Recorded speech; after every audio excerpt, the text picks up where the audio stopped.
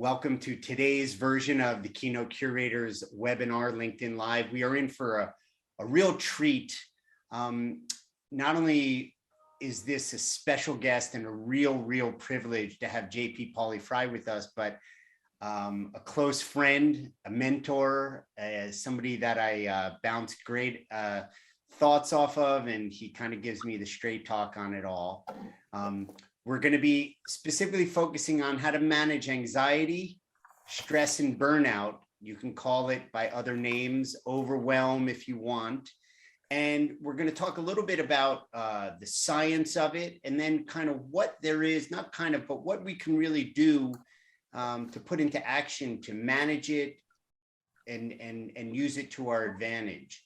So JP, why don't you come in and join us? This is exciting. Welcome, JP. And if you haven't met JP before, hey, there you are. JP works with all sorts of industries, companies, leadership roles, athletes, elite performers, in having them get the most out of their performance. So welcome, JP. It is such my pleasure to be here, Seth. I just want to hang out with you, have some fun. Hopefully we'll get across some good ideas, which of course we will. But I know I'm going to enjoy the conversation with you. And of course, because the way this format is, I want to, and I know you're going to say this anyway, Seth, but I want to really encourage anyone and everyone to, jump in, ask questions. And you can do it by going off video, like going on to video and asking us, or you can put it into the chat. We're happy to answer any and all to add some value today. But so super excited to be here, Seth. Well, it's equally exciting to have you, and I can't underscore that enough. Don't wait till the end. If you have questions and you have any thoughts or ideas that you'd like to share, just jump in. JP and I are going to get the conversation started. JP, put the pandemic and COVID aside. Stress has always been there. Burnout, anxiety has always been there. And there's so many different ways to attack it, to deal with it. What do people want with this issue? I know they want to fix, but when you're working with them, what do they want? Yeah, so great question, Seth. And I would even kind of bring it to a bigger, what do we want in life? What do we want in our careers? Right? Yeah. What's the aspiration each of us? We wake up in the morning.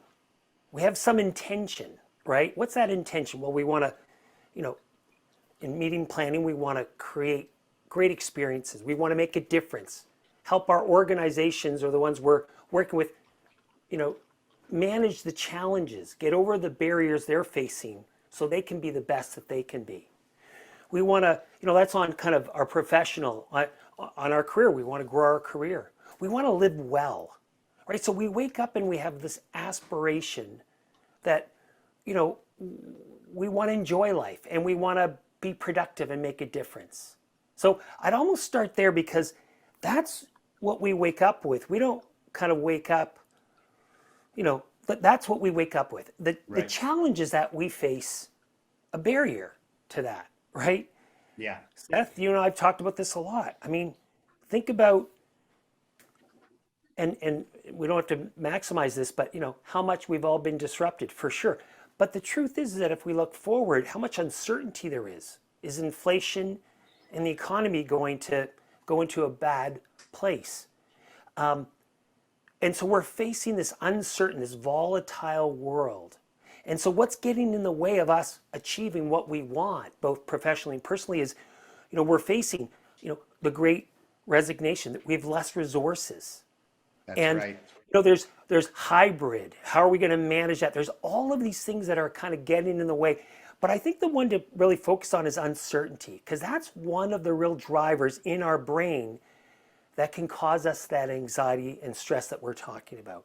Yeah, because as you said, I asked you, what do people want with regards specifically, how do you deal with anxiety, stress, and overwhelm?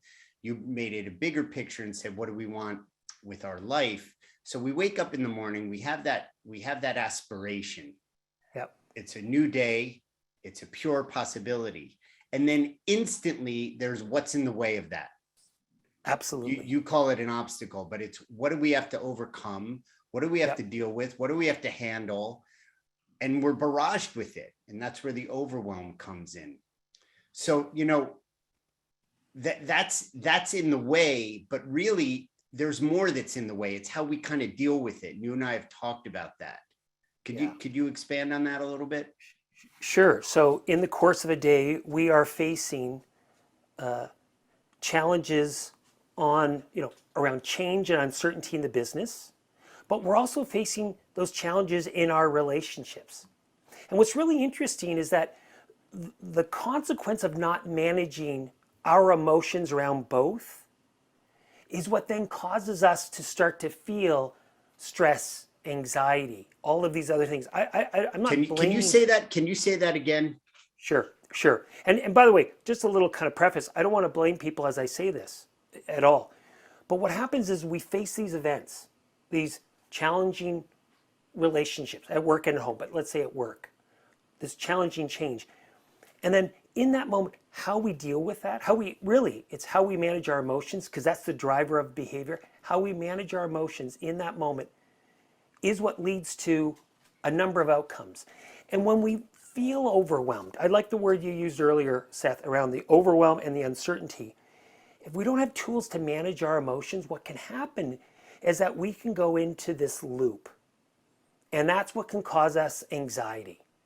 And so maybe I'll take a minute and just describe this, because if nothing else, what I'd love to do for our group here today is to challenge you to become a student of human behavior. In our work at the Institute for Health and Human Potential, both on the speaking and training side, that's what we're really excited about. How can we give insight and tools to people so they can become those students of human behavior? So let's just understand what goes on when we wake up and we hear about change, or we're having that challenge in a relationship and we're starting to ruminate.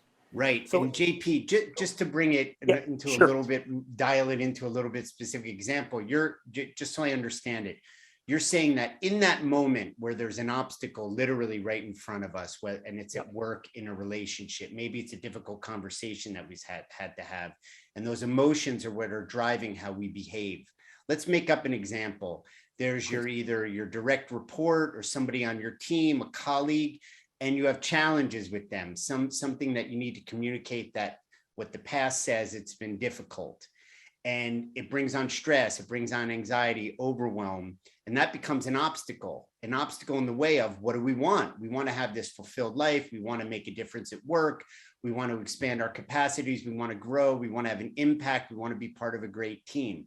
Yes. So in that moment, where I've heard you call it the last 8% moment, which we can talk about as well, in that moment, our emotion is driving our behavior. Is that's where we're at right now? That's exactly it. That's exactly it. That's it. And so, for us to understand what's going on in that moment. And so here's kind of what's going on. And it helps to kind of differentiate fear from anxiety. Okay. So fear is something that's very concrete in the moment. So two characteristics, very concrete, and it's right here, right now. And what that does is that turns on a whole cascade of chemicals in our brain, pumping out cortisol. We feel physical sensation, starts to drive our thinking, and we form a response. Hopefully it's a skillful response, but that's not the point just yet.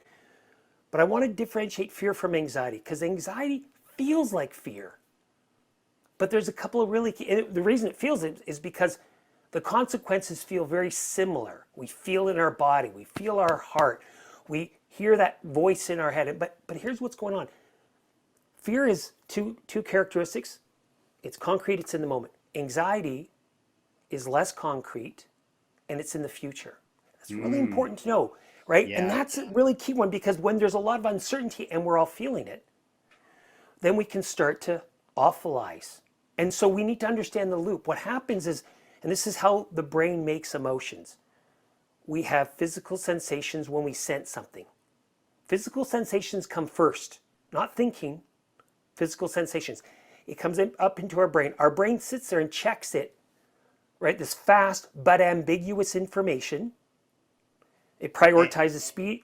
It prioritizes speed over accuracy. So it takes in that information, compares it to an experience template, everything that's happened to us before, decides, are we okay, are we not okay? Then we make a decision about that. But here's the thing. We can, because we're prioritizing speed over accuracy, we can start to say, oh my gosh, that feels like, so it starts to pump cortisol, starts to prime our voice in our head, and now we're getting into a loop of, oh my gosh, what if that happens? You know, we've been through a pandemic, you know, that client canceled before, and all of these different things, which then turns on it goes into a cycle, really, a loop. Right. And so if we have no way to kind of, you know, hack that loop, we'll just continue on. And this is that sense that people can have of panic, of anxiety. We can wake up with that clench in our throat, that feeling in our gut, that sense of, oh my gosh, I can't cope. This is too much. So it really helps to understand the science, especially from the brain point of view, before we even talk about, okay, what can we do to fix it? So that's really important to understand, just the difference between fear and anxiety. Right, but concrete JP, in the moment and then if I future. may, Go ahead. that's very subtle, because you're Yes. saying the chemical reaction is identical or Absolutely. incredibly similar. So intellectually, you're asking us to differentiate, because you're saying fear is the distinction, as I understand it, correct me if I'm wrong, is it's in the moment. Yep. Whereas anxiety is in the future. Exactly. And less concrete. And that's the And thing. less And concrete. It's more ambiguous. It's kind of That's blurry, right. if you will. That's So right. as a human being, I don't know if anybody else can relate. What do we do? What do we do? How do we fix it? Right? Yeah. So this is where we need to learn skills. And Okay. we you know, first and foremost, we need to learn how to manage our emotions. And the great news is that while IQ is fairly concrete at about age 16, 17, when my son turned, you know, 18 the other day, I had to break it to him, Wes, you're done, no more IQ for you. Well, while IQ is pretty concrete, the ability to manage emotions absolutely is not. In fact, that's something we can grow if we're, you know, we're going to have experiences, and if we can, you know, we're going to go through experiences, but do we grow wisdom through the experiences? That's the real key. We know from our research, we survey 40,000 people a month, Seth, and my favorite data point is that high performers are imperfect, but they extract 3 to 5 times more information from the same opportunity to learn. So they're always extracting more. They're gaining more wisdom. And so for everyone on the call today, the biggest thing I would challenge you around is, okay, how can you grow wisdom out of the experiences so you grow the ability to manage emotions? I mean, this is the work we do with, as Seth mentioned at the front end, with athletes, with business people. It's learnable. That's the great news.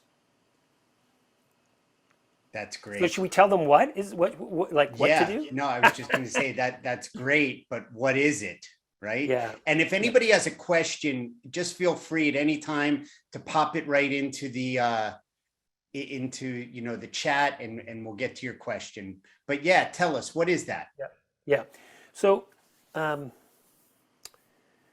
boy, there's a number, but let me get really specific around that. We jump to judgment based on less than 5% of available information. So imagine we've got this ambiguous future something coming into our body. Our body will feel the sensation first, but that's high speed, low accuracy. And in fact, in that moment, that's what caused us to make a judgment based on less than 5% of available information, because we want to prioritize speed. So the biggest thing I would say is to be curious, not certain. We've got a tool called SOS. So when you feel the physical sensations, because that'll be the first thing you feel. So first of all, for you, when you start to feel physical sensations, let that be a signal, say, hey, something's up. Now I've got to check. Am I jumping to judgment based on less than 5% of available information? I'll tell you, Seth, for me, and this is what we do with all of our athletes and all of our business folks we work with, leaders and managers.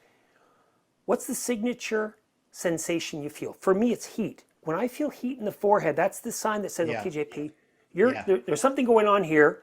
Time to batten down the hatches and know what to do. And for us, go ahead, Seth, go ahead. No, we've talked about this because you've helped me in my competitive tennis. And for me, it's my physically, literally, my stomach gets tight. And that's my marker. Right. That's my marker for my first level is self-awareness. And then I know that it's something that's future-based. It doesn't exist. It's not this concrete point in time. That's it. And, I don't want to get ahead and be the advanced student, but No, there's the opportunity there. And you always told me that's a flag. That's your warning that this is a chance to have that breakthrough. This is a chance to not get succumbed into the anxiety and the fear. That's exactly it. So for everyone on the call, just what's your signature sensation? Again, for me, it's here. For Seth, it might be more in the belly. For some of my athletes, it's this. What is it for you? And you can throw it into the chat. Throw in that concrete sensation into the chat. So for everyone on, go to the chat, punch in, what is it for you? What's your physical sensation that says, hey, something's up. I'm starting to feel something. Hunger, interesting. So you feel that, sure, makes sense, Pat. Heart rate increase, hand tingling. Thank you, Serena. Yeah, mine is that tension in the stomach. Yeah, Angie, heat. Why quicker to tears is very common. People don't realize, very common. Jaw clenching, absolutely. And so here's the thing. I hope just by even doing this little exercise, you're not alone, right? You're not alone. Like, we are all walking around facing a lot of challenges. You're not alone. But the great news is that there's something you can do about it. It starts by understanding your early warning system, that physical sensation. That's number one.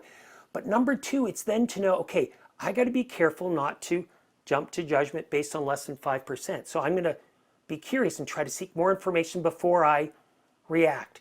It's hard to do this, but it's absolutely possible. Thank you, Carlos. Stomach, absolutely. So here's the thing. We have a little tool called the SOS. So when we feel that physical sensation, bring in SOS. We co-developed this with the US Navy. Stop, that's the S. Just know you are not going to be as smart, you're not going to be as skillful in that moment because you're working on less than 5% of available information. Fantastic. O is oxygenate. We know if you take one mindful breath down into the toes, it turns on the left prefrontal cortex to calm the emotional part of your brain, the amygdala. Oh my gosh, like literally one mindful breath can do that.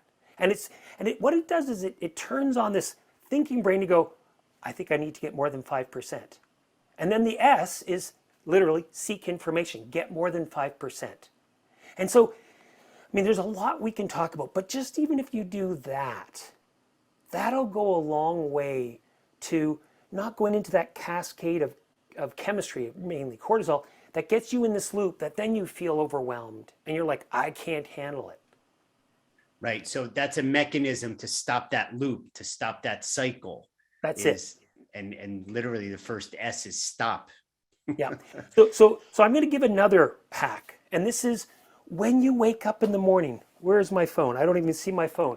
But when you wake up in the morning, don't look at your darn phone. When I'm off my game, I look at my phone. Guess what? When you look at your phone, the very first moment you wake up, your body and your brain is not ready for that surge of cortisol. For the record, cortisol is highest in the morning, which wakes us up. But we don't want excessive cortisol because it does three things. It suppresses our immune system, not a great thing during, still we're facing some challenges around the pandemic. Number one. Number two, it actually affects our serotonin pathway, right, which makes us less happy. And then number three, and by the way, number three, it makes us fat, it increases belly fat, right? All of a sudden, everyone's like, oh, what was that again? Now they're paying attention. Right. Huh? The first two, whatever. But I'll say this. What some people don't know, we haven't talked about burnout. I want to say one thing about burnout. Burnout is really a constellation. It's not just being tired. It's really three qualities. One is, you're tired.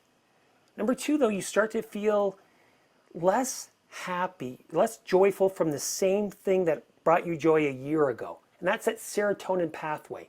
So the same thing, you're at your daughter's this or your son's that, or you have a great experience at a program, but you don't feel the joy. And that's because you're starting to feel burnout. So that's really the most important quality you want to look for. So three are tired, don't feel the same joy from the same situation. Number three, feeling a bit cynical about what's going on, okay? That's important. Burnout does not go away because you have a weekend of good sleep. The point is that we want to work on the cortisol level, okay? So cortisol in the moment, those tough last 8% moments, but also when you wake up in the morning, don't pump in cortisol because it has all of these negative effects. What you can do instead is go for a walk. We found a morning routine over 24 years of working with athletes and business people that incorporates 3 things is really valuable. Do whatever you want, but these 3 things we know we've tested. And it's movement, go for a walk. It doesn't have to be high intensity interval training, but go for a walk, moderate, for 15 to 20 minutes. Do walking mindfulness. We find that that's an easier way in than sitting mindfulness for a lot of people. Right. And by the way, JP's got a great podcast on that. Yeah. So I'm going to pop it in the chat. Yeah. Carlos, if you could pop that in the chat for everybody as well. Yeah. So it's a walking podcast, 15 to 20 minutes. You wake up in the morning and you don't look at your phone. You just go for a walk. I'm in your ear guiding you through this movement, mindfulness, and the mental training. So some of the things, in fact, the one we put in there is all around what people get wrong about anxiety. So that'll be a great place to start. And so you want to keep learning, keep growing, right? Extracting 3 to 5 times more information from the same opportunity to learn. Because the world is changing, right? Like this is what's going on. The world's changing and we want to meet the challenge. Yeah. So we've got to really up our game so that not only can we manage it and have less stress, anxiety, and burnout, but also so we can be high performers. Yeah. So we can kind of engage in the adventure. That's what we all want. Yeah. JP, you know, I'm gonna count on you to tie this in. There is a really great question. I don't know if you can see it from Angie. And okay. I want to weave her question into kind of where we're at in the conversation. She's asking, can you also provide tips on coaching others to manage their emotions? For those of us in HR, huge emotional area in any business, and having to help others juggle difficult conversations and situations. So this is exactly what you're talking about, that moment where a lot of those things in HR, in the people business, we're all in the people business, but specifically HR is in the future. While there is something that may have happened, a lot of that anxiety is more anxiety than perhaps fear. Right. Yeah.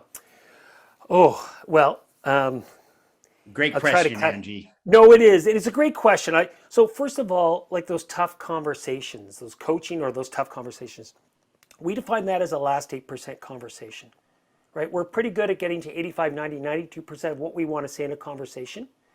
The last 8%, that hardest part of the conversation, we all struggle with that, number one. So Angie, you're not alone, not that you're saying you're challenged with that, but we all face this, number one. Number two, we have this, it's a great trait in some ways. We want people to like us. A lot of our time is spent on impression management and managing our impressions. So we want people to like us and we want to get along. That's great, except that this isn't a family, right? You know that, Angie, but we all know this. This is a high-performing environment. And many times we stop short of giving that feedback because we're afraid to hurt someone's feelings or we're afraid how it'll impact. So that's the second part, to really understand what the last 8% is, understand what stops us. And by the way, a lot of emotions around wanting to be liked and all of that, not wanting to impact people. But number 3, the biggest thing I would say is and this is going to sound so simple to you, I'm sure, Angie, but if I had more time, I'd go into a little bit more, but I would say this. In that moment, we jump to judgment about the situation based on less than 5% of available information. Most of us, when we're in a coaching mode, actually are not really in a coaching mode. We're trying to get a point across. And what I would say is to challenge yourself to be a beginner, like a beginner's mind. I don't know. Be curious, not certain, and ask questions. Ask questions about the situation. Ask questions about how it's impacting them. Ask questions about where they want to go.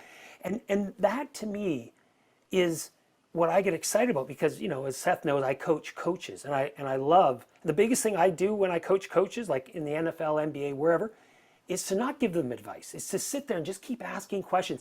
They know the answer. My job, our job as coaches is to create that psychological safety, that emotional connection so they can take a risk and tell us what's really going on. So kind of as an overview, that's what I would suggest is really powerful. And here's the thing, when you get to a place where people feel that connection and they do take that risk, oh my gosh, the intimacy that grows from that is so powerful. That's why you keep people in an organization, because they feel that emotional connection. So there's many layers that this is working on. And I would say when there's a coaching situation like that, see it as a really great opportunity to grow that relationship, not just, oh, I have to deal with somebody, Yeah. you know, as we sometimes do. Yeah, I know JP, and I don't know if this would help Angie, but the metaphor when I've done work with JP is that there's a bridge. Some are That's longer it. than others, and you're on your side of the bridge and they're over on their side of the bridge, and walk across the bridge and go meet them on their side of the bridge. It sounds so simple, but I know personally there's a lot I have to get over, walk through, Yeah. break through, jump around, go under, Yeah. everything Yeah. to get to their side of the bridge, because I've got my own judgments, my limited information that I'm dealing with. But you know, Yeah, Seth, that's a great point. Like, sorry to jump in. I'll just say this. I love that fact that you know our material so well, because why didn't I use that as a great example? Absolutely. I'll say this. We have this intention to get to their side of the bridge, but when we're under pressure, when we're in a last 8% situation, all of a sudden we're more worried about, you know, again, how am I coming across? And we feel the pressure and we get stuck on our side. So it's in that moment of pressure that we get more self-referential. And the biggest thing is to, like, and this is your point, Seth, and I love the bridge analogy on that. When you feel that pressure, the real top leaders, the real top coaches can step beside themselves.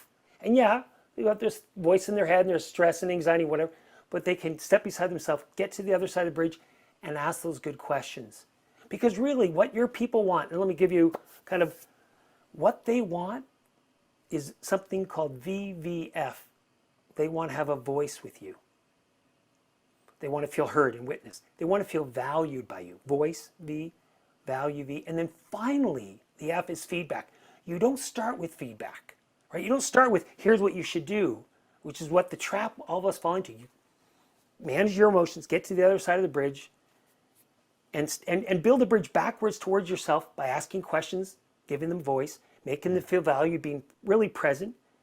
And now that they're closer to your side of the bridge, it's a shorter hop. They can hear your feedback in a way because they understand your intention. Thank you, Seth, for mentioning that, because that's well, a and really you know, key as you're idea. distinguishing it, and this is for everybody, not just, I don't want to single out Angie, but you know, when I deal with my team at work, and meeting anybody and everybody, whether it's a vendor, a client, a coworker on the other side of the bridge, I initially struggled with this idea, and I don't know if you've run into this, where asking the questions and getting curious, and then ultimately asking somebody what would they do or what would they recommend. It's not skirting the responsibility. In the No. beginning, I thought, no, I ultimately have to register all of the information, take it all in, absorb it, and then come up with an answer or the answer, capital T, capital A. And it was suggested to me, well, have you ever asked them what they think should be Yeah. done or what they want to do? And I was like, wait a minute, but I'm the leader. Right. Right. And I had to Yeah. get over that. Yeah. Seth, that's it. And for everyone on here, like if you've got direct reports, you don't need to be the expert. You don't. In fact, they're the expert. You're the guide, right? They're the expert. And if you can sit, by the way, it takes the pressure off if you don't need to know everything, because we don't. We're not living their life in their brain, in their mind. But boy, we can ask good, create safety, ask those good questions, and all of a sudden, the answer will reveal itself. It really will. But we have to be patient too. Here's the other thing. We're so busy right now. And so, you know, it doesn't have to be a half-hour coaching call, but the right question at the right time in the right way can unlock what's really going on. And that's 5 or 7 or 10 minutes, not 30 or minutes or an hour. So I think you're right, Seth. You know, for a lot of the people I coach, for them to realize, you know, especially when they move to a new position and they think, oh, I've got to prove that I belong here. No, you don't. Right. No. In fact, the Right. biggest thing you can do is have such confidence in yourself to just know you belong, Right. admit a mistake, admit you don't know if you don't know. That's actually going to signal way more to people that Yeah. you are where you should be. It's so Yeah. ironic. Yeah. This is poor grammar, but it's like get busy belonging, you know? Yeah, yeah, yeah, yeah. Absolutely. And by the way, that's what people want with us more than anything. They want belonging, right? That's going to Yeah. keep your best and brightest Yeah. more than anything. That's the glue that's going to have you sustain difficult conversations, the That's last it. 8%, the stress when the cortisol goes up. So JP, we're about run out of time. Okay. I don't know if there's any last minute questions that people want to pop in. We're going to be sending everybody an email with a link of this recording. Please share it. There's also popped in this chat JP's excellent podcast, The Last 8%. I have listened to every single episode. That is not a lie. I know you're on break right now because I have to go and hit some repeats right now. Yes. It's excellent. They're about 20 minutes or so. You can walk with them. They're really great. We're going to include that link in our follow-up email. I've also worked with JP as an exceptional keynote speaker. If you have any questions about that, reach out to us. We'd love to, talk to you about that. But mostly, we'd love to hear back from you, the value that you got out of this. If you have any suggestions or recommendations, we're always looking to improve. We're trying to come with a new mind from it. We're trying to meet you on the other side of the bridge. If there's any ideas around format or anything, we'd love to hear that. So, I don't see any other questions coming in. I can't thank everybody enough for taking time out of your day. And hopefully you were able to laugh a little, learn a little bit, and get some value. And when we get off this call, that you're refreshed and renewed and have one thing that you can take away to make a really great impact. I see Serena has her hand up. Yes. Go ahead. I think that's clapping. I don't know if that's clapping. Okay. That's how new I am. Thank you, Serena. And anybody else, I'm just going to clap for JP. Thank you so much. Thank you. And we'll see you. Keep an eye out for the next time, because we're going to be doing this with other great speakers. And there's Angie and Carlos and Samantha. We got to, that's what's called the Zoom wave. I think we just did a Zoom wave. There you go. Wonderful. All righty, everybody. Thank you so much. Have a great day, everyone. Yes. Bye-bye.